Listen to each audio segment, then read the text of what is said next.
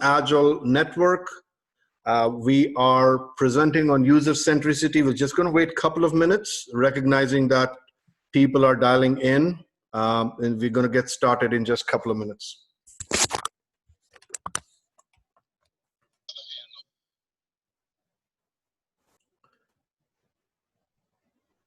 Welcome Niranjan, welcome Jagrati, Shweta. Hello, hey, good evening. This is Niranjan here. Thank you, Toby. Thank you. You're welcome. Kishore, welcome back. Catherine, welcome. Corinne, Aaron, long time no see. Hi Sheila. Hello Elizabeth. Hey, buddy. Iqbal, welcome. Robert, welcome. Lakshmi, good to see you. Nash, part of the organizing committee, welcome. Nishant, welcome. Imtiaz, welcome. We are waiting for a couple more people and we'll get started. Requesting everyone to please go on mute. And if you have questions, you can unmute yourself. But till then, requesting everyone to please go on mute. We will get started momentarily.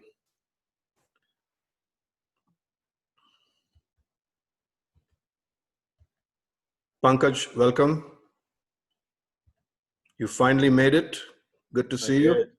Thank you so much. I appreciate that. No problem.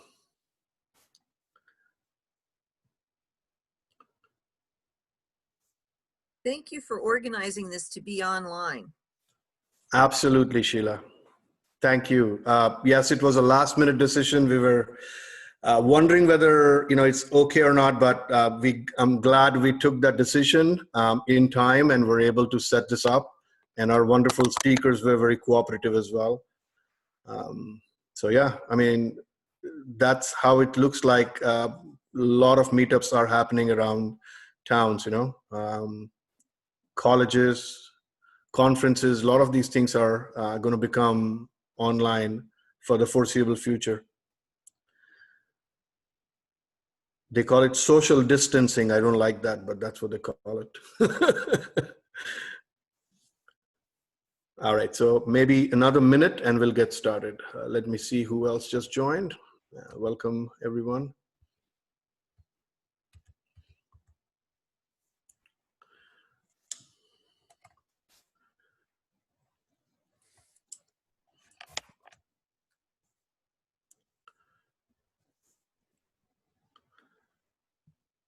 So 7:03, we will go ahead and get started and we'll catch people up as needed. Once again, everyone, welcome to Loudoun Agile Network. Our meetups happen in Brambleton, Ashburn, and it's normally a fun networking event with pizza and a lot of get to know each other, but given the circumstances, we took a last-minute decision to do it 100% online. And as I said earlier, for the foreseeable future, our meetups are going to be online through Zoom. So once again, welcome everyone. We will now go ahead and get started. So the topic for today is user centricity. And we have three amazing speakers who are with us today. And the topic that we're going to talk about is, we all know that developing software is a complex process. A lot of times we don't pay adequate attention and we don't focus adequately on the user. And that ends up in the product that we make, the solutions that we make, not have a very long shelf life because it doesn't get used as much. So it's very important to bring in that user centricity, understanding what exactly do users need, what are they looking for, understanding their needs, understanding how they work. And that's where a lot of the UX part of the equation comes in. And blending that with an agile way of working, which is iteratively working, producing something that you can share and go through feedback loops and improving your product continuously and being able to deliver something quick to the market. So agile and UX have a lot in common, but making them work together can be quite a daunting task.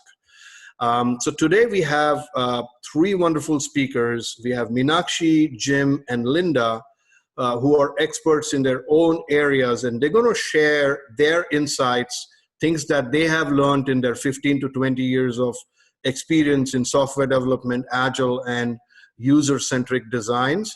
So we are very fortunate to have three speakers. So our first speaker is going to cover section 1 of today's topic, which is talking about UX and agile from the perspective of a client. And she's going to introduce the topic and provide all that information. And the second part is going to be from the perspective of software development and from the user's perspective. So we have Jim Williams and Linda Sloan. So Meenakshi, our first speaker, is the founder and principal of NorthStar Solutions and Services. She brings more than 20 years of interdisciplinary career in healthcare, human resources, training, and business process transformation. And she has worked on a wide array of programs that use both UX and agility. The next set of speakers is going to be Jim and Linda speaking together.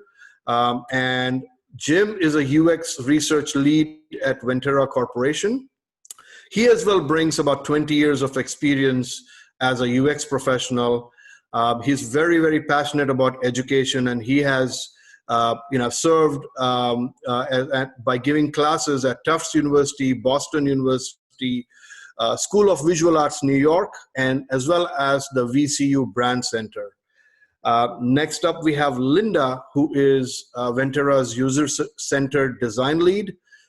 She has always had a passion for art, and very earlier in her career, she started as a graphic designer, and she's certified by nationally recognized Nielsen Norman Group, and she's currently working on her Master UX certification. She's very, very passionate about all things user-centered, and we're going to learn a lot from all three of our speakers.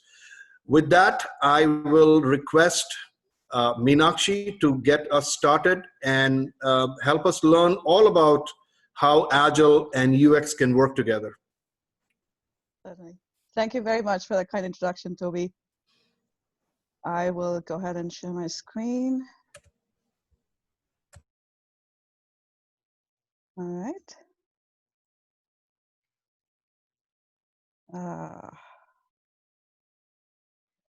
Okay. All right. Can everyone see me, see my screen and hear me? Yes. Yes, we can. Yep. Okay. Thank you. Once again, good evening, everyone, and thank you very much for making this time. And thank you to Toby and the team at LAN for this opportunity as well. This topic is very close to my heart, primarily because of my, most of my Agile, actually all of my Agile experience has been in client-facing roles where, and particularly in product implementation, where clients are at varying levels of Agile maturity, and and my teams also have been at varying levels of maturity in the Agile ways of working. So how to make all this work, keep the client happy, and still get work done. So that's the reason why when Toby mentioned this topic to me, I said, well, this is a perspective that I'd like to bring to the mix. This is just a little bit about me. Toby already covered most of it. I like to call myself a T-shaped professional, so I have experience in different industries and in different roles up and down all levels of hierarchy. What really gets me going is understanding a flow, be it of information or of work within organizations, and that's something that I'm very interested in, and I study that. So let's get started, and I am setting myself a timer here. So I started at 7:08. I've got, I think now, maybe roughly around 20 minutes. Okay. I wanted to sort of unpack this whole topic a little bit. So why am I talking about client experience and the Agile way of working and the role of empathy? they may seem like, a little bit disjointed. So I wanted to unpack that. First thing, I want to distinguish between a client and a customer. I will take a healthcare example. That's something that that's been my most recent experience in. So let's say Blue Cross and Blue Shield of Massachusetts, that's for me, that's a client. And they may have very different divisions within the company, such as the care management office and the utilization management office, etc. So if they are implementing a product, and a lot of times what I've noticed is that, stepping back a little bit, a lot of times what I've noticed is that when we talk about Agile, as Agile practitioners, we talk about teams, our development teams, the Scrum teams, and agility at an enterprise. And when we talk about all that, we're talking about it mostly from a vendor perspective, for lack of a better term. And I want to sort of flip this around and look at this whole thing from the client's perspective. So that's the reason, that's the what. So I want to understand, I want us all to explore what does the world look like from the client's perspective in the Agile context. So after that, I want to look at why do we care about that? And then once we sort of establish some common ground, then look at the role of empathy. I'm sorry. Okay. I want to look at the role of empathy in that, and then close out with some practical tips and techniques that we can use in these kind of scenarios. So moving along, I wanted to start right where it all began, and believe it or not, it's now almost 20 years since the Agile Manifesto was published, and all of us are very familiar with these, 4 core basic values, and we all, we include that in our day-to-day working. Now, 20 years is a long time. Things have transformed a little bit, changed a little bit, so we need to develop a sort of a contemporary view.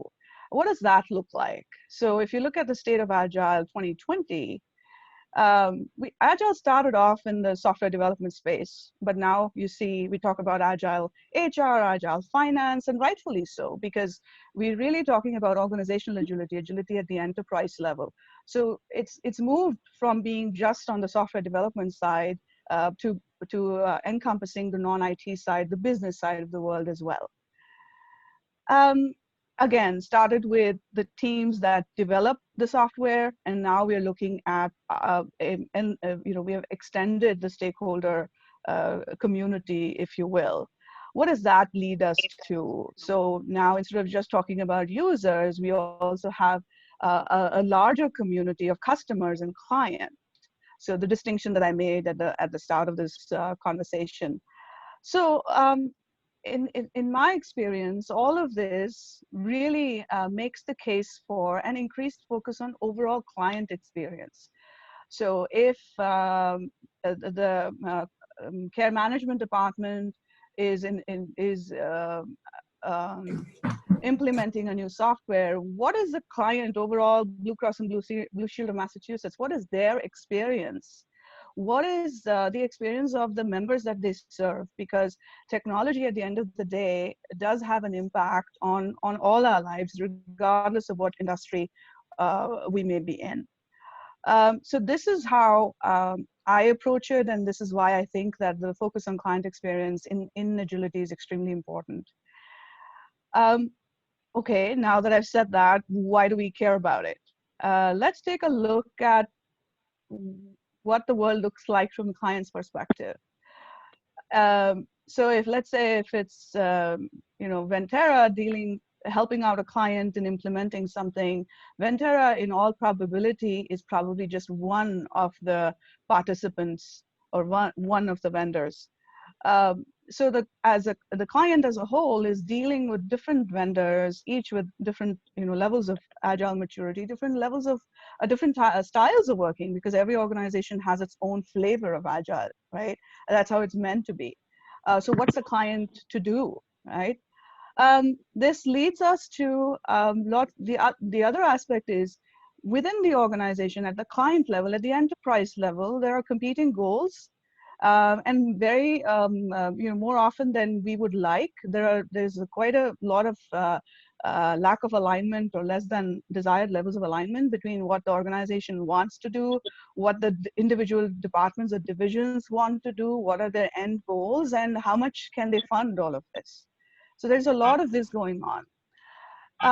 And we all know this, right? I think one of the Lightspeed videos talks about this, right? So it's more like Scrum, water Scrum falls. So we think we are agile, but then we still have large elements of waterfall thinking. I wouldn't even say methodology. It's the mindset at the end of the day. So our funding for projects is still sort of milestone based, and I'll talk about contracting in a little bit, and then also there's a whole bunch of resources that I'd like to share with you as well at the end of this. So what does that do? The overall experience from a client perspective in the context of agile development and delivery may not be as optimal as one would like to think.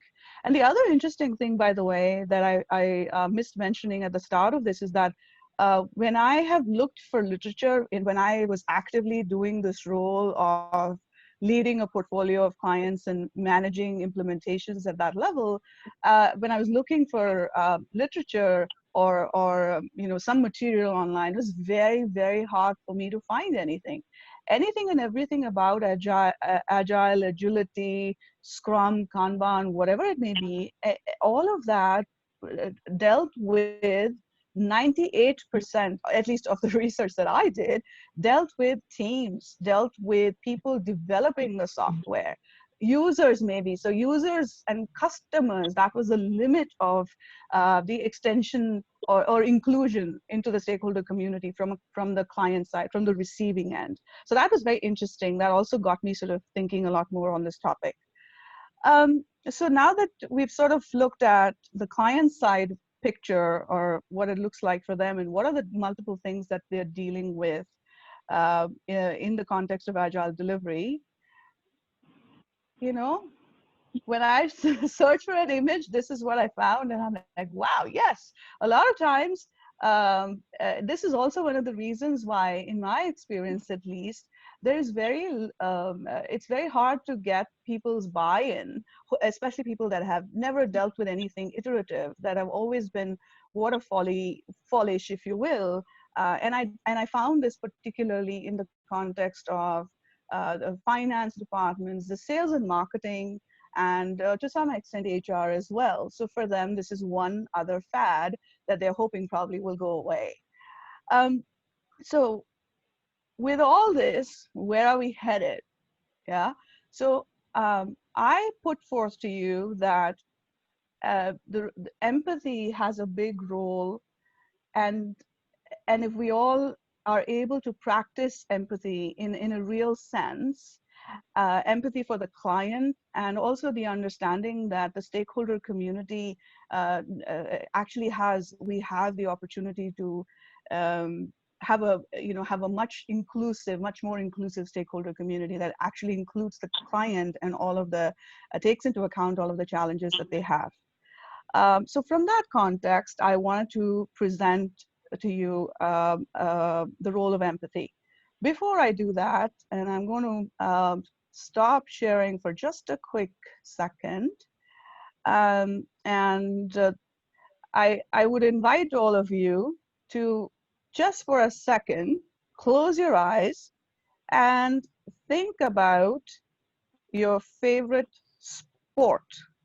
Just think about it, a couple of seconds. Okay. Now, think about one word in which you can describe this favorite sport of yours. Just think about it.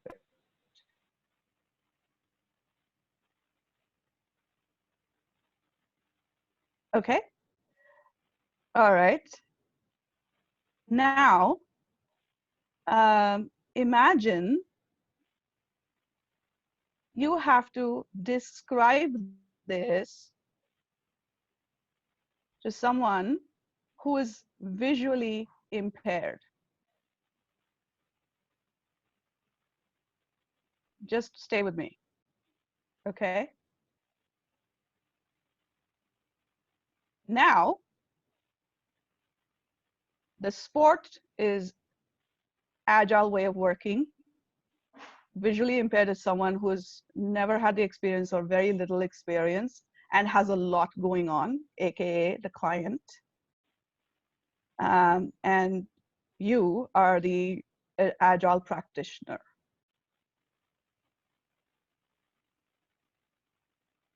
So that's the scene I want to set.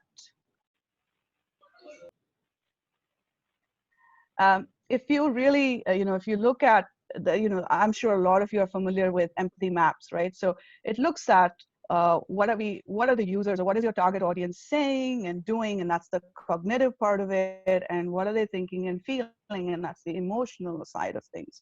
So a lot of times in our initial product demos, our sales pitch, our contract negotiations, and all of that, we tend to focus more on the words. We obviously pick up on nonverbal cues as well, but when we can go that extra mile to really understand what is the true pain point for the client, and also focus on what are the things that they're probably not saying, but they're probably thinking and feeling. And so putting ourselves and being absolutely present in the moment when we have these interactions with our client, that's the first step for us to get to this point.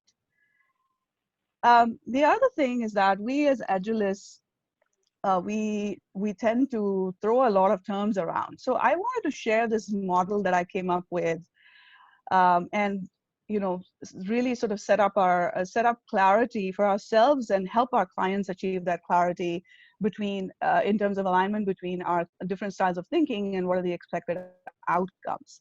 So in order for us to really think about the client and everything else that's going on, we're trying to say we need to understand their whole environment, their ecology, if you will, and that's where systems thinking comes into play. And systems thinking helps us understand flow from a client's perspective in this case, and overall across the enterprise, and including our programs and projects that are part of that. And to me, the next step that kind of comes out of this is application of design thinking or human-centered design that really helps us understand and identify what is the client really after. So identifying the value. And Agile comes in when we deliver the value, incremental and all of that good stuff. And lastly, lean thinking is sort of where you have the opportunity to bring about continuous improvement. To me, this is how it all ties up. And of course, this whole thing is a rinse and repeat cycle as well.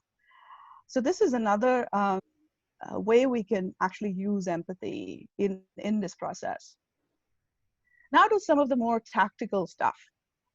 I think that there are, I could come up with 5 different ways in which we could actually show empathy in action. One is always back to the basics, going back to the Agile values and principles. And I want to share with you a modern take on that.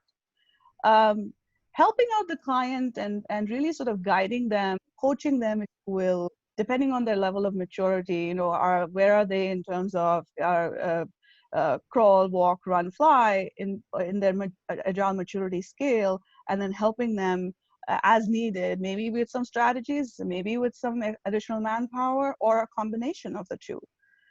The third thing, this is something that I've seen a lot of clients struggle with, and also vendors struggle with, because from a contracting standpoint, if it's still milestone based, then how do you equate incremental delivery and a milestone, right? So that's the struggle. And then what is their overall vision for the client, and how well funded are they? Is there alignment between their business and financial objectives? And if it's a multi-vendor situation like healthcare.gov, for instance, what's the alignment between what each vendor is responsible for? And then repeating all of this, because as and when you go from stage to stage, you as the client's, I like to call this like you're the client's thinking partner. We as Agilists are that. So we are the client's thinking partner. So as in that role, we always have the responsibility to take it back to them. Moving along, focusing on Agile values. So this is something I found on Agile Alliance. This is a keynote speech from the 2016 Agile Alliance conference by the CEO of Industrial Logic, Josh Krivitsky. So this is the concept that he talked about, and the reason I really liked this, although it's no different, it's probably old wine in new bottle, but if you look at it, these values, it's first of all, it's so fabulous that they line up with the original Agile manifesto values, but then if you look at it, they are so much more inclusive. So collaboration, it's make people awesome. That's a really extended stakeholder community that includes the clients as well. And then we're talking about delivering value. So again, what is the client really after?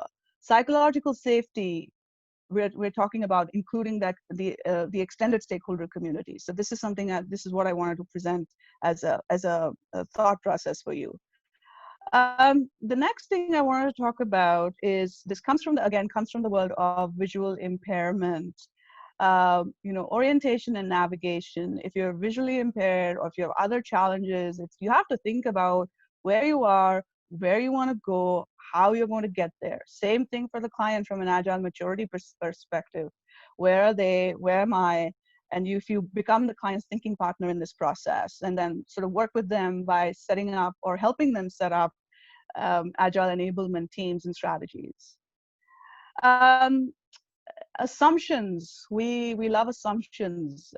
This whole concept of ladder of inference, right? So we think we know what's happening, and it's usually based on our own past experiences and our belief systems.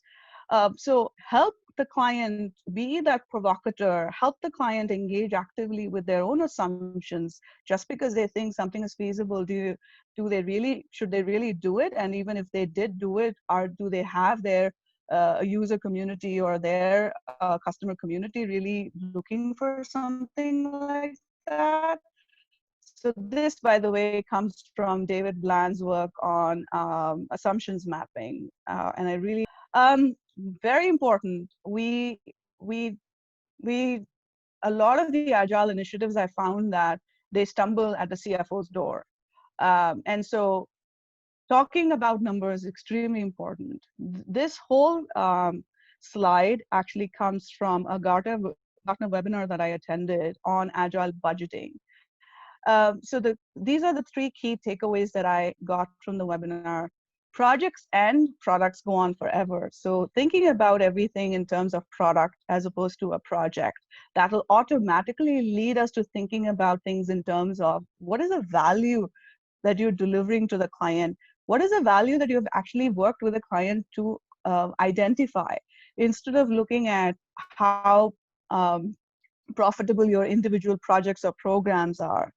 The thing that I really liked about this was talking about budgeting for scenarios. This really empowers you and your stakeholders when requesting funds, because you not only have one way of getting there, you have a plan A, B, and C.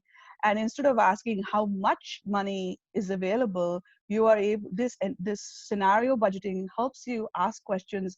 In what situation is this money available to spend? In what situation will there be less money to spend? So this whole virus situation, for example, is a great scenario. This allows us to be really agile in how we want to proceed with that particular delivery and program. I'm checking the time here. I think I'm probably more slides. So this is a quick summary of what we just talked about. Practicing empathy, again, getting back to basics on the values, helping our clients, and in this process ourselves as well, sort of reevaluate where we are, where we want to go, how do we get there? And then really asking those killer questions. That's the term that Lisa Bodell, the CEO of Future Think, uses, the killer questions. Be the provocateur, because it's all about courage over comfort. And it's all about the money at the end of the day. So let's not shy away from those conversations either. So I want to say that this is what I had to offer in terms of thoughts on this, with the hopes that this should help us to move from here to here, where there is really optimal or even, more than exceeding the client's expectations. So that's what I had to share with you. And this is my contact information if you wanted to talk some more about this topic or anything else. That's all I have got. Thank you very much.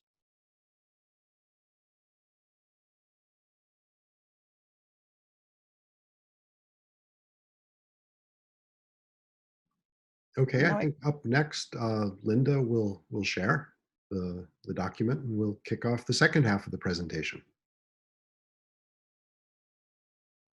All right, hold on, I'm setting it up. And let me present. And let me know if you see it.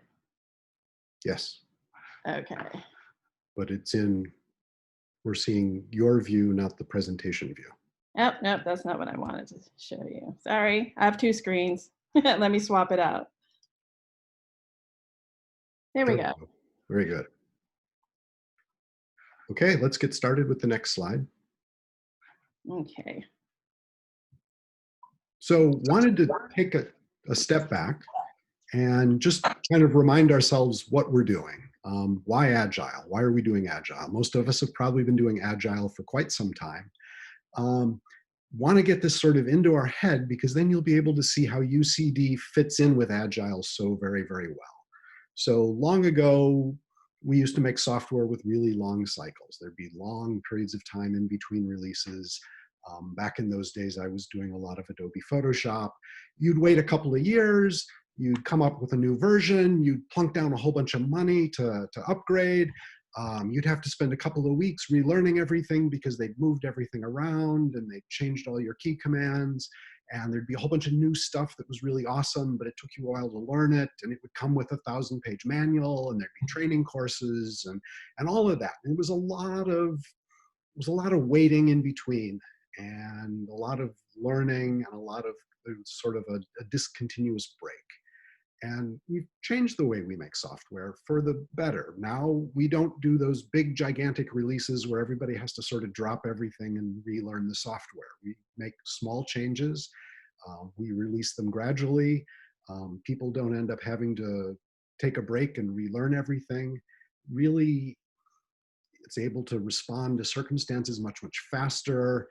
People don't have to wait for the features they're looking for quite as long. So there's a lot of really awesome reasons why we translated from the waterfall long cycle software to the agile quick release software. And now that we've kind of remembered that and we have that in our mind, I'm going to turn it over to Linda, who will show how UCD fits in with that very perfectly. Thanks, Jim. So what is UCD, HCD, and UX? There's a lot of confusion, right, around these terms. You hear these buzz terms: user-centered design, human-centered design, user experience design. And what does it mean? Well, at its core, they all mean pretty much the same thing. They are processes that use a broad set of practices that are based around the end user's needs, wants, and expectations.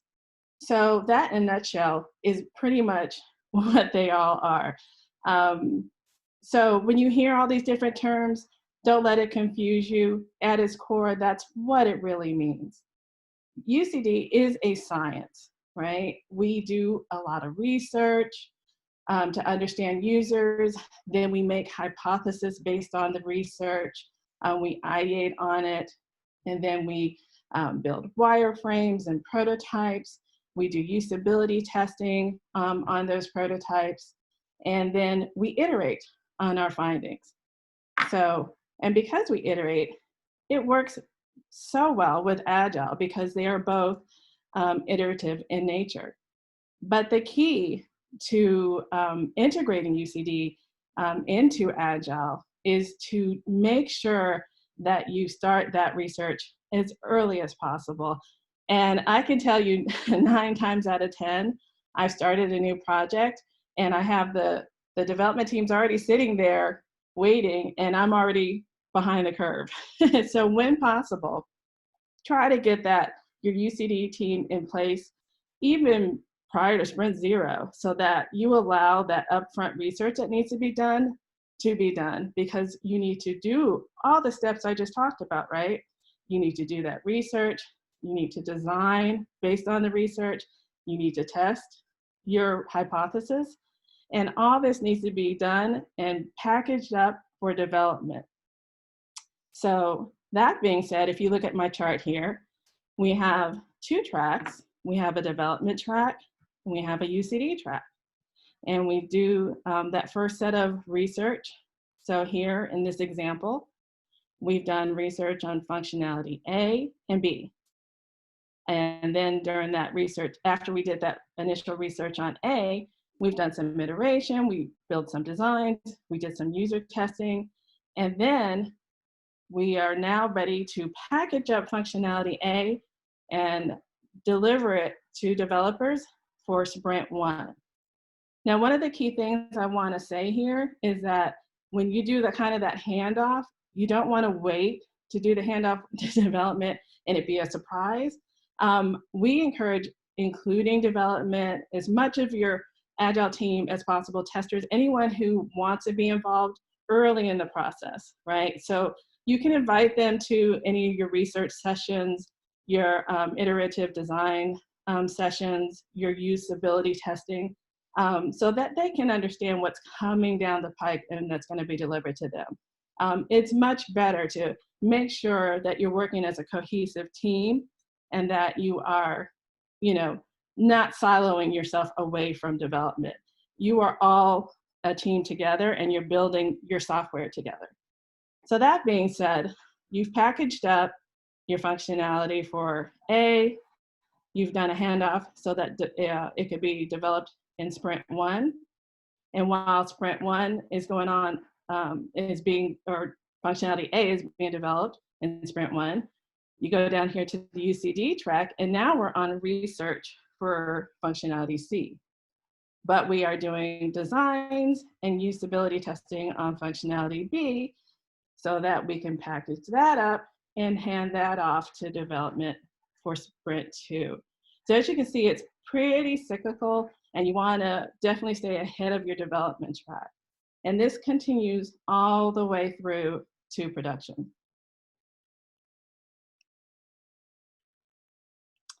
All right, so that being said, as well as UCD and Agile seem to fit together, it does have some challenges. And so Jim and I kind of want to share our lessons learned in that respect. So one of the things that Agile teams seem to struggle with is team structure. Whether or not to embed your UCD team within your Agile team and everybody's like kind of co-located and working together, or if your design team is more siloed from your development team, and there's more, a handoff across, the board. I'm not going to say either one of these are right or wrong, because no matter what your approach is, communication is key. So as I said earlier, you want to make sure you're in constant communication with your team, with the developers, with the testers, so that they understand what's coming down the pike and there's no surprises. So no matter which style of setup you choose, it really can be, depend on your corporate culture, how your projects are set up. There's no right or wrong answer, but you just want to make sure communication is done well. So that being said, communication is key, as well as understanding of roles. So when you're implementing UCD into an Agile team, especially if that team is new to UCD, I do feel that there needs to be a measure of training up front so that, there's an understanding or a shared understanding of what UCD is and what it delivers, and even what the roles are. Because I've seen struggles when implementing UCD and you say, oh, we're going to bring on user researchers. And then you'll have business analysts, the traditional business analyst already in place. And the business analyst might go, well, wait a minute, I kind of do that. I do research, for the requirements. Isn't that already taken care of? And you're right, absolutely right. And that is a crucial role, right? But it's a very different type of research than what a UX researcher is going to do. So your BA is more focused on those stakeholders, right? The clients, and what are those business objectives in that respect. Whereas your UX researcher is more focused on the end user's needs and what expectations that they have. So your BA is going to ask your client, what do you want? They're going to work with product management and product owners and really dig down and figure out what are those features and business rules and requirements that are needed by the client. A UX researcher is going to ask what the end user, what do you need, right? What are your expectations out of this software? But there is overlap. They're both focused on business objectives, and they're both focused on technological constraints. And in the best world, when you have your BA and your researchers working together, it is a beautiful thing. You're going to get better outcomes from your research that way, when they're definitely working in a symbiotic relationship.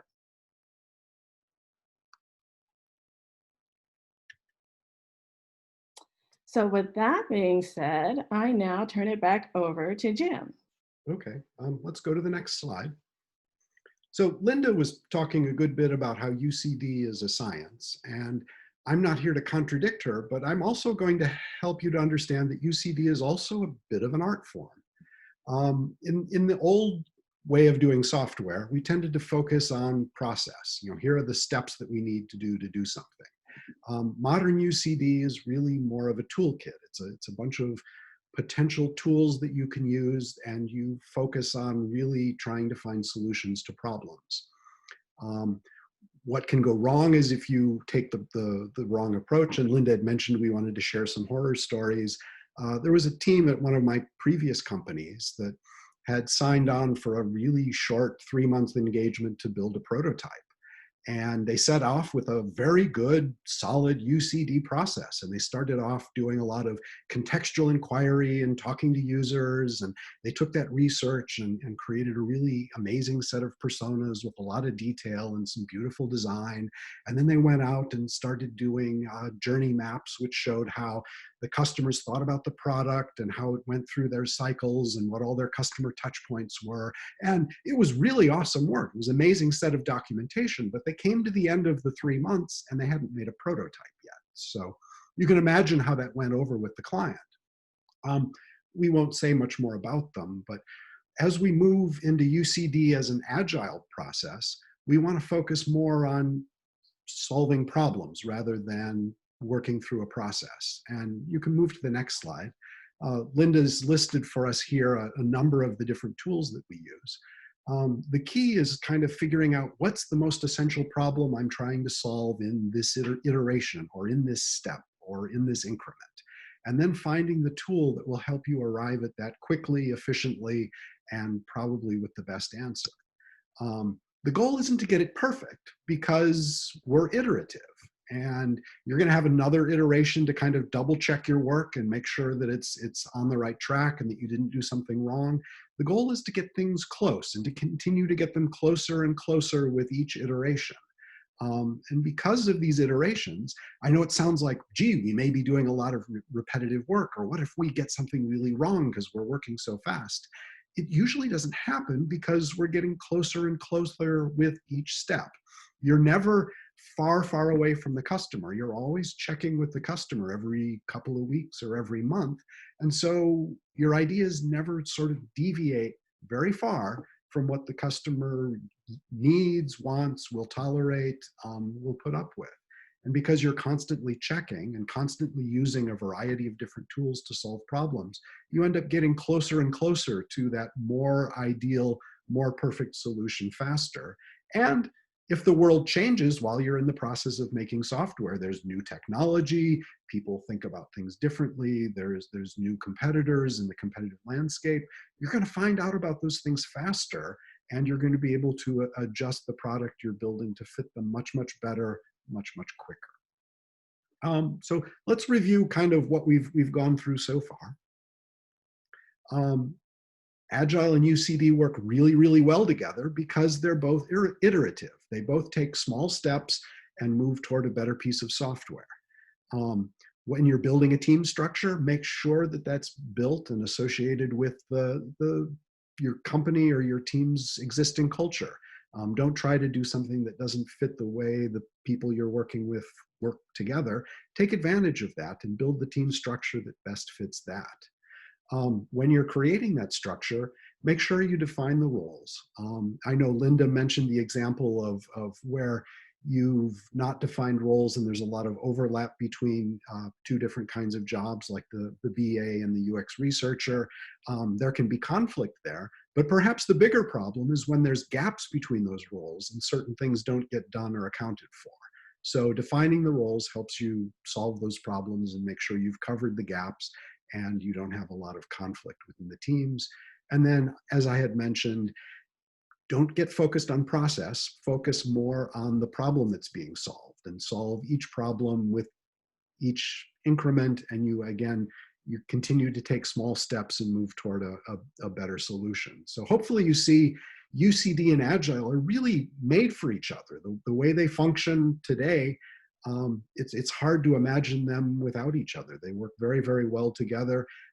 They both push toward and move toward the same sort of solutions. And so I hope this was helpful. I think we may have a few questions, time for questions, if anybody has that. And I think we skipped questions for Meenakshi. So really, if you've got questions for any of the three of us, now would be a good time.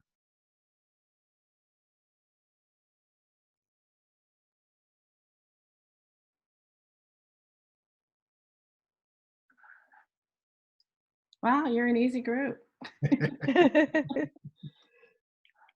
I'm- I have a question. Yes. Where does the product owner fit? Because I saw the Agile team, I saw the UCD team. I didn't really see a place for the product owner. Right. So here I would say your product owner would be above the lead roles here.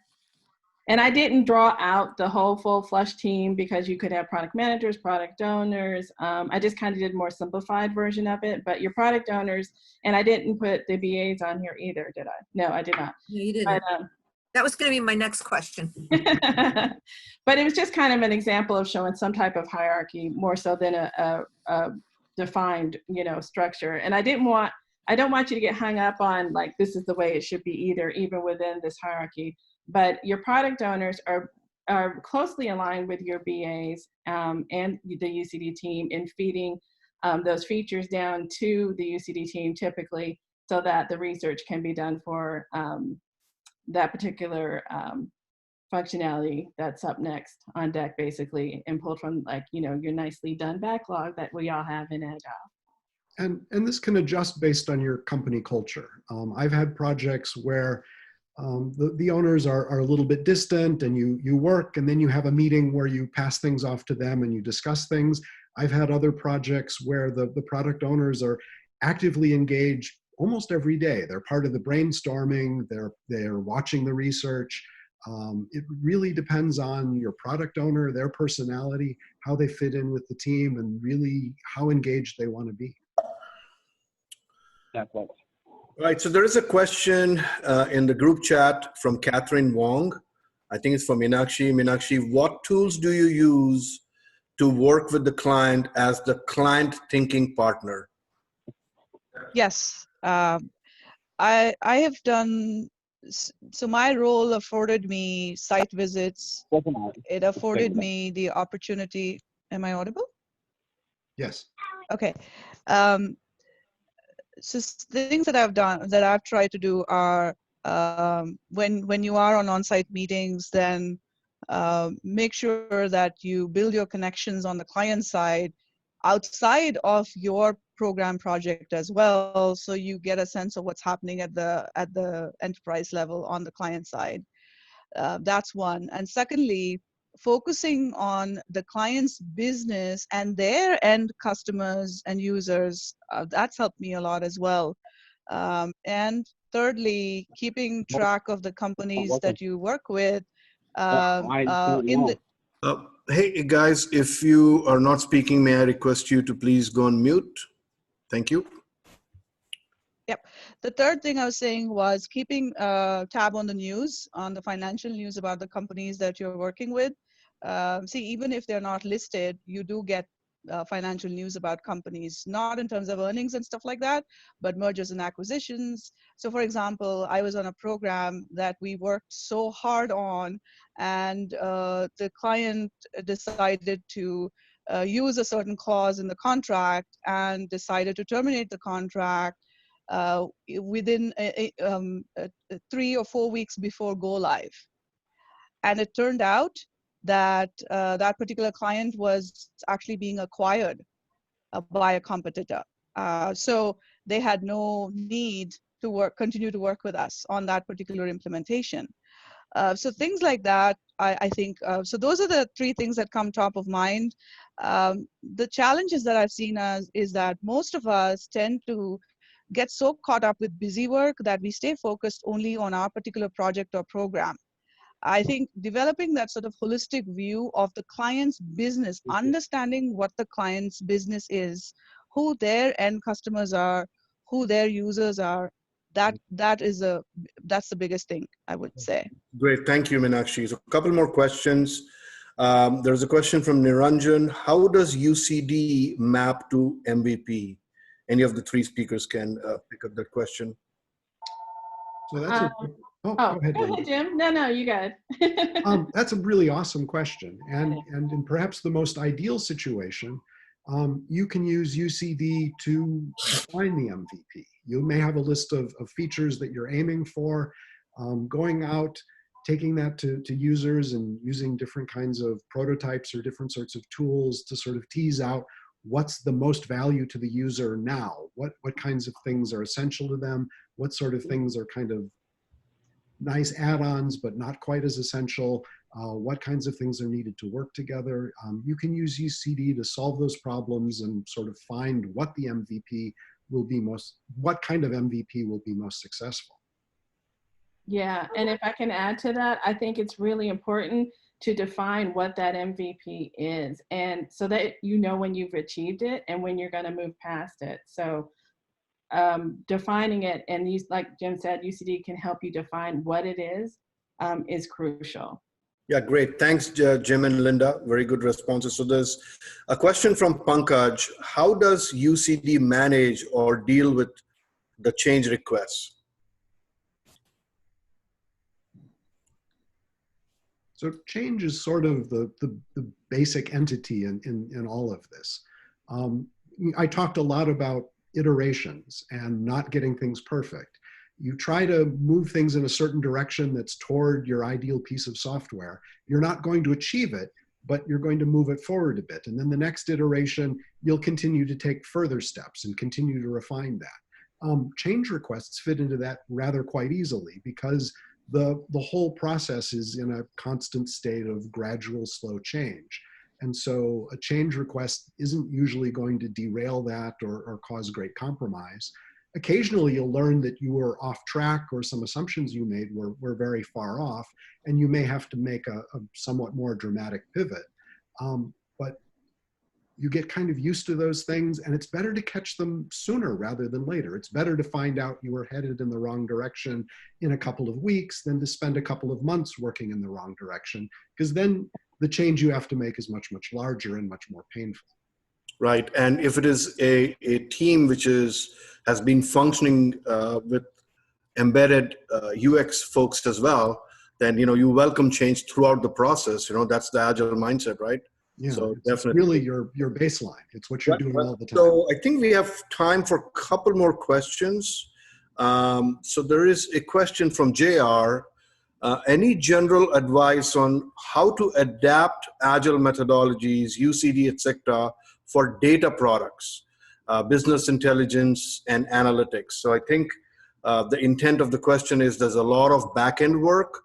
How do you bring in the user experience part when you're dealing with that? Oh, Go ahead. Go ahead, Linda. No. You can take that go one. ahead. Go ahead, I was- Meenakshi. Okay. Well, I'd like to take a stab at. Yeah, please do. So data I have found is very hard because there is always focus on application. Data is treated as an afterthought, particularly in the development world. But most applications exist because you need data. So the goal for applications is data, and more so now. But it comes in as an afterthought. So it has been extremely difficult to, again, in my experience, extremely difficult to get the whole agile mindset into the data piece because it is inherently waterfall, because you do the application first and you think about the data. But and this is where I think focusing on what is the client after, what is the value they want out of whatever they're doing, and sort of working backwards from there will help. And then breaking that down to say, okay, if let's say you want, again, in the healthcare example, risk scores on members' health, if that's your goal, then making sure that you're working backwards to say, does your existing ecosystem of applications provide that? If not, then, well, that's something that we got to do. That's my take on that. Excellent. So we have a great question from Kyle. When you encounter clients that bring a typical waterfall mindset or other mindsets, what are some of the tactics or action you can take to get your clients to actually invest in more UCD work? Definitely see that a lot in organizations. That's a challenge. So any one of the speakers can pick that. Yeah, this absolutely never happens, right? This is really kind of the big problem.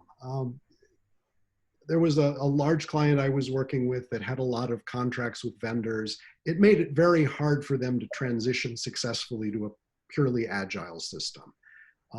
Because they had these contracts and a lot of work was defined many years ahead of time, you had to work it in slowly. With them, we set up a thing that was called Solution Runway. We worked often months ahead of an iteration to plan out and do research. A lot of times these things would have to get put into a backlog and built later. But again, you kind of shoehorn it in a little bit at a time. You can't kind of jump in because they couldn't really change these contracts. So you had to move slowly. You had to try to give a really long lead time for some of the UCD. I know it's not ideal. It ends up being sort of agile fall.